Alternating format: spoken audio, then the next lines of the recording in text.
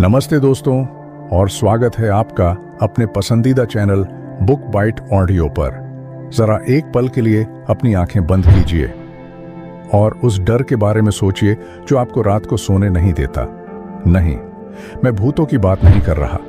मैं उस डर की बात कर रहा हूं जो हर महीने की पहली तारीख को आपके दरवाजे पर दस्तक देता है। बिल का डर, ईएमआई का डर, और सबसे बड़ा डर कि क्या मैं कभी इस राइट रेस, इस चूहा दौड़ से बाहर निकल पाऊंगा। हम सब भाग रहे हैं, है ना? सुबह से शाम तक सिर्फ कागज के उन टुकड़ों के लिए जिन्हें हम पैसा कहते हैं। लेकिन क्या आपने कभी सोचा है कि दुनिया में एक ऐसा इंसान है जिसने पैसे के पीछे भागना छोड़ दिया और फिर पैसा उसके पीछे भागने लगा? एक ऐसा इंसान जिसने 11 साल की उम्र में शेयर बाजार में कदम रखा जब हम और आप शायद खिलौनों के लिए रोते थे। लोग उन्हें ऑरेकल ऑफ ओमाहा कहते हैं। दुनिया उन्हें वॉरेन बफेट के नाम से जानती है। लेकिन आज इस वीडियो में हम किसी अरबपति की तारीफ करने नहीं आए हैं। आज हम बुक बाइट ऑडियो पर उस सीक्रेट कोड को डिकोड करेंगे, उस सच्चाई को सामने लाएंगे जिसे बफेट साहब ने अपनी पूरी जिंदगी में अपनी किताबों और चिट्ठियों के जरिए हमें सिखाया है। यह कहानी सिर्फ अमीर बनने की नहीं है, यह कहानी है अपनी आज़ादी को वापस खरीदने की। सोचिए, अगर आपको पता चल जाए कि वो 5 नियम क्या हैं जिनका इस्तेमाल करके एक अखबार बांटने वाला लड़का दुनिया का सबसे महान इन्वेस्टर बन गया, तो क्या आपकी जिंदगी कल सुबह से बदल नहीं जाएगी? आज हम हवा में बातें नहीं करेंगे, कोई जादुई स्कीम नहीं बताएंगे। आज हम वो कड़वी और सच्ची बातें करेंगे जो आपको कोई बैंक वाला या कोई एजेंट नहीं बताएगा। तो कुर्सी की पेटी बांध लीजिए, क्योंकि अगले 1 घंटे में हम आपके पैसे को देखने का नजरिया हमेशा के लिए बदलने वाले हैं। दोस्तों, वॉरेन बफेट की फिलॉसफी, उनकी विचारधारा को समझना किसी तपस्या से कम नहीं है, लेकिन उन्होंने इसे बहुत आसान शब्दों में हमें समझाया है। जब हम उनकी लिखी बातों और उनके जीवन पर लिखी किताबों को पढ़ते हैं तो सबसे पहला और सबसे जरूरी नियम जो हमारे सामने आता है वो इतना सरल है कि लोग उसे मजाक समझ लेते हैं। उनका पहला नियम है नेवर लूज मनी, यानी कभी भी पैसा मत खोना। और उनका दूसरा नियम है पहले नियम को कभी मत भूलना। अब आप कहेंगे, अरे यार, ये तो सबको पता है, कोई जानबूझकर पैसा थोड़ी खोता है। लेकिन दोस्त, गहराई में जाइए।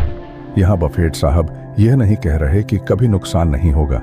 वो ये कह रहे हैं कि अपनी जमा पूंजी को, अपनी मेहनत की कमाई को ऐसे जुए में मत लगाओ जहां उसके जीरो हो जाने का खतरा हो।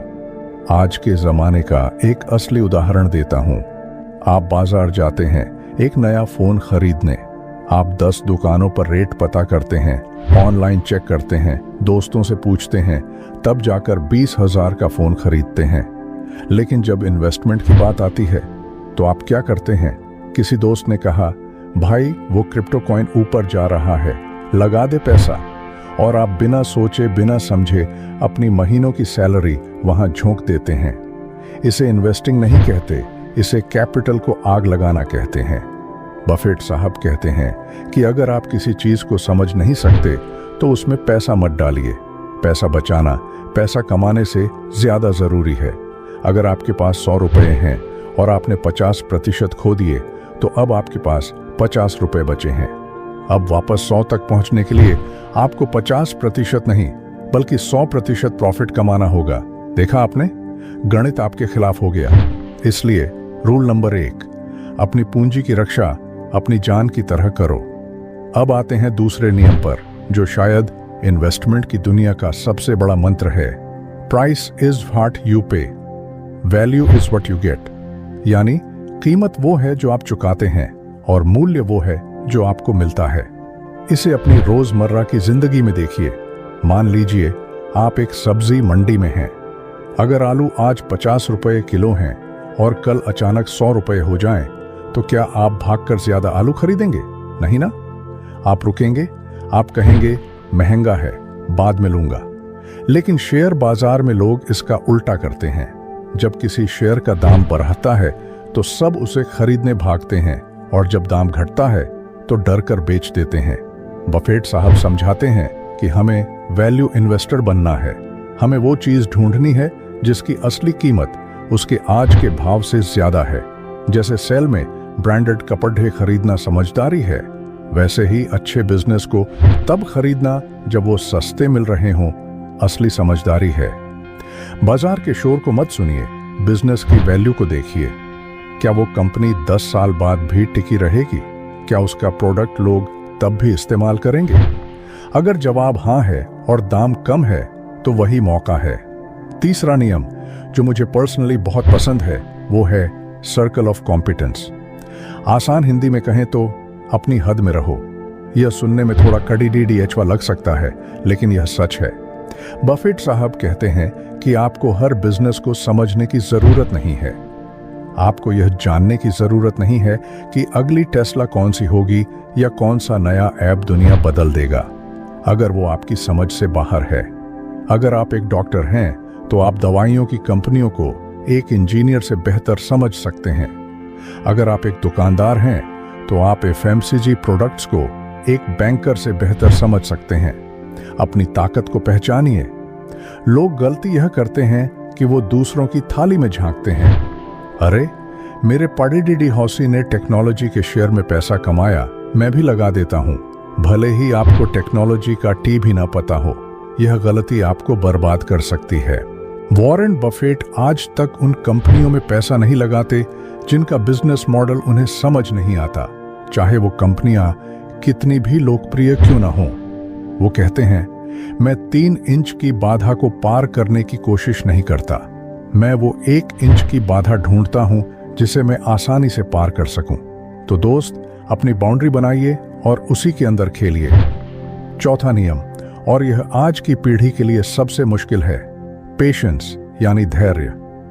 बफेट साहब का एक बहुत मशहूर कथन है, शेयर बाजार एक ऐसा उपकरण है जो बेसब्र लोगों से पैसा लेकर सब्र करने वालों की जेब में डालता है। यह लाइन अपने आप में एक पूरा ग्रंथ है। सोचिए, आप एक आम का पेड़ लगाते हैं, क्या आप हर रोज उसकी जड़ें खोद कर देखते हैं कि वो कितना बड़ा हुआ? नहीं ना। आप उसे पानी देते हैं, खाद देते हैं और इंतजार करते हैं। आपको पता है कि फल आने में वक्त लगेगा, लेकिन इन्वेस्टमेंट में हम आज पैसा डालते हैं और कल अमीर बनना चाहते हैं। बफेट साहब ने अपनी ज्यादातर दौलत 50 साल की उम्र के बाद कमाई है। यह कंपाउंडिंग का जादू है, जिसे दुनिया का 8वां अजूबा कहा जाता है।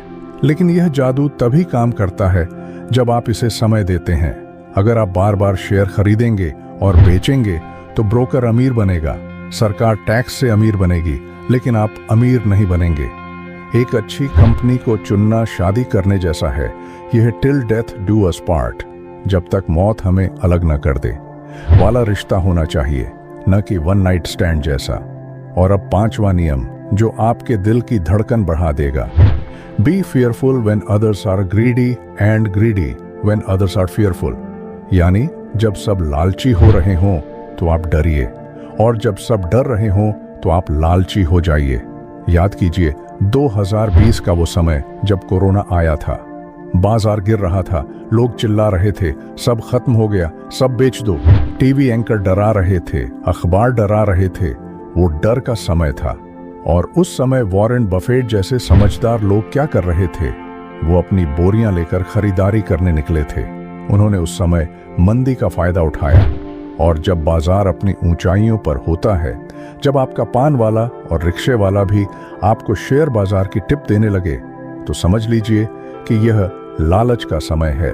यही वो समय है जब आपको सावधान हो जाना चाहिए।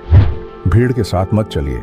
भीड़ हमेशा औसत रहती है और आपको औसत नहीं बनना है, आपको एक्सीलेंट बनना है।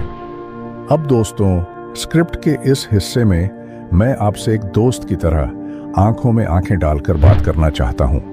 हमने बफेट साहब के नियम तो जान लिए, लेकिन बुक बाइट ऑडियो का मकसद सिर्फ ज्ञान देना नहीं, आपको जगाना भी है। आज हम जिस दौर में जी रहे हैं वहां असलियत क्या है? सच्चाई यह है कि हम में से ज्यादातर लोग इन्वेस्टर हैं ही नहीं, हम गैम्बलर यानी जुआरी बन गए हैं। सुबह उठते ही हम फोन उठाते हैं, इंस्टाग्राम पर किसी इन्फ्लुएंसर को देखते हैं जो किराए की लैम्बोर्गिनी के सामने खड़ा होकर चिल्ला रहा है कि मैंने एक दिन में 10 लाख कमाए। और वहीं हमारा दिमाग खराब हो जाता है। हमें लगता है कि हम अपनी 9 से 5 की नौकरी में सड़ रहे हैं। यह फोमो यानी फियर ऑफ मिसिंग आउट हमें बर्बाद कर रहा है। आज का युवा, आप और मैं, हम क्या गलती कर रहे हैं? हम शॉर्टकट ढूंढ रहे हैं। Future and options, intraday trading, बिना किसी नॉलेज के क्रिप्टो में पैसा डालना, यह सब इन्वेस्टमेंट नहीं है दोस्त, यह आत्महत्या है, आर्थिक आत्महत्या। सेबी का डेटा कहता है कि 10 में से 9 लोग ट्रेडिंग में पैसा गंवा रहे हैं। फिर भी हम वही गलती बार बार करते हैं। क्यों? क्योंकि हमें रातों रात अमीर बनना है। बफेट साहब की किताबें और उनकी लाइफ हमें एक थप्पड़ मारकर जगाती हैं। वो कहते हैं कि अमीर बनना बोरिंग होता है। हाँ, आपने सही सुना। सही इन्वेस्टमेंट बोरिंग होता है। इसमें कोई एड्रेनालाइन रश नहीं है, कोई रोमांच नहीं है। यह धीरे धीरे चुपचाप कोने में बैठकर घास के बढ़ने जैसा है। लेकिन आज की जनरेशन को बोरियत बर्दाश्त नहीं है। तो अब समाधान क्या है? हम इस दिखावे की दुनिया और महंगाई की मार में कैसे सरवाइव करें?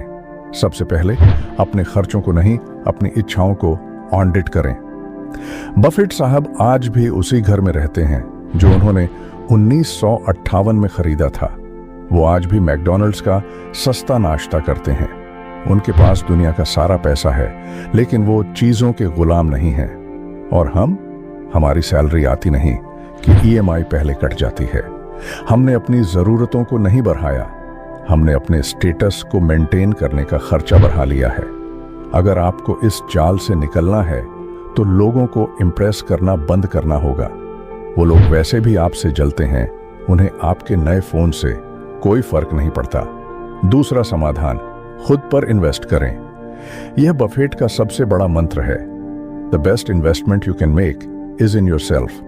कोई भी सरकार, कोई भी बाजार, कोई भी महंगाई आपसे आपका हुनर, आपकी स्किल नहीं छीन सकती। बाजार में टिप मांगने के बजाय वो समय किताबें पढ़ने में, कोई नई स्किल सीखने में, अपनी सेहत सुधारने में लगाइए। जब आपकी काबिलियत बढ़ेगी तो आपकी कमाई अपने आप बढ़ेगी। तीसरा और सबसे कड़वा सच, इमरजेंसी फंड का होना। हम सब पॉजिटिव सोचते हैं कि हमें कुछ नहीं होगा, लेकिन जिंदगी का कोई भरोसा नहीं। नौकरी जा सकती है, बीमारी आ सकती है। इन्वेस्टमेंट के बारे में सोचने से पहले क्या आपके पास 6 महीने का खर्चा चलाने लायक पैसा बैंक में पड़ा है? अगर नहीं तो शेयर बाजार की तरफ देखना भी गुनाह है। पहले अपनी नींव मजबूत कीजिए। आखिर में दोस्तों, मैं बस इतना कहूंगा कि वॉरेन बफेट के ये 5 नियम सिर्फ पैसे कमाने के नियम नहीं हैं। ये एक शानदार जिंदगी जीने के नियम हैं। धैर्य रखना, सोच समझकर फैसला लेना, भीड़ का हिस्सा न बनना और अपनी चादर देखकर पैर पसारना। बुक बाइट ऑडियो की तरफ से मैं आपको यह विश्वास दिलाता हूं कि अगर आपने आज इन 5 नियमों को अपना लिया तो आप एक शानदार जिंदगी जी सकेंगे।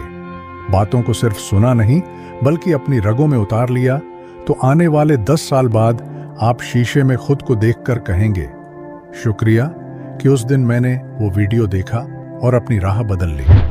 गलतियां करना इंसान की फितरत है, लेकिन उन गलतियों से न सीखना बेवकूफ़ी है। आज ही एक डायरी लीजिए और उसमें लिखिए कि आप क्या बदलना चाहते हैं। याद रखिए, अमीर वो नहीं जिसके पास सबसे ज्यादा पैसा है, अमीर वो है जिसके पास सबसे कम जरूरतें और सबसे ज्यादा सुकून है। जुड़े रहिए हमारे साथ अपने और अपने परिवार के भविष्य के लिए। धन्यवाद।